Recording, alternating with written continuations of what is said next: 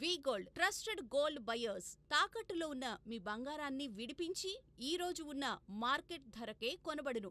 Contact number 9999954567.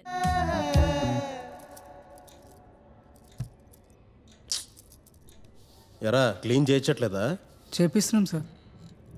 చేయించండి రా, మేము రోజు రాము కానీ మీరు రోజు చేయించాలి. సరే సార్. కూర్చోండి సార్.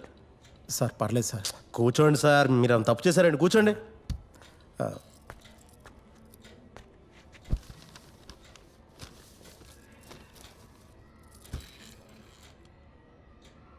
ఏంటి గొడవ? సార్ ఫీజు కట్టడం లేట్ అవుతుందని చెప్తుంటే మీ ఫాదర్ ఏం చేస్తుంటారని అడిగారు సార్.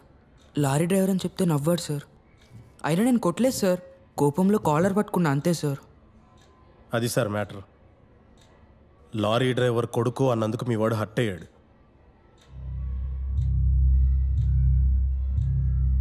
బాధేస్తుంది సార్ ఇలాంటివి చూస్తున్నప్పుడే. అసలు ఈ జనరేషన్ పిల్లలు ఎలా ఉన్నారంటే మా నాన్న ఇది అని చెప్పుకోవడానికి కూడా సిగ్గుపడుతున్నారు. ఎంత వస్తుంది సార్? ఒక 15,000 దాకా వస్తుందా సార్? 10,000 దాకా వస్తుంది. 10,000 చూడు, మీ నాన్న నిన్ను ఎంత కష్టపడి చదివిస్తున్నారు. కానీ సార్ ఇదిగోండి, ఈ మార్కులు చూస్తుంటే వీడికి ఐఐటి కాదు కదా, ఎంసెట్ కూడా రాదు సార్. ఇలా అయితే నువ్వు కూడా ఇంకా లారీయే నడుపుకోవాలి.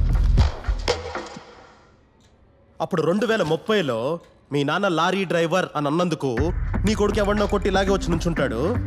అప్పుడు నువ్వు చేతకొన్న కొడుకులాగా ఇలా చేతులు కట్టుకొని కూర్చోవాల్సి వస్తుంది.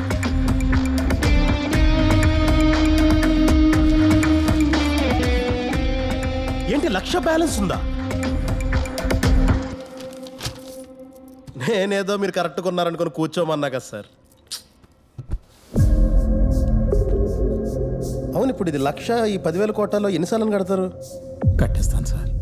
ఎలా? మా పాప గోల్డ్ తాకట్టు పెట్టి కట్టేస్తాను సార్.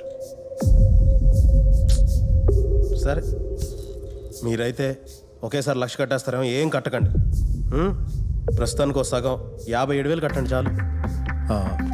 సార్ 50,000 కదా సార్.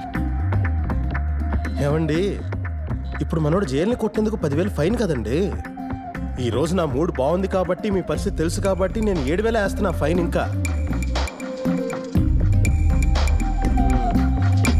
చూడయ్యప్ప, నీ వల్ల డాడీ ఎంత ఇబ్బంది పడుతున్నారు.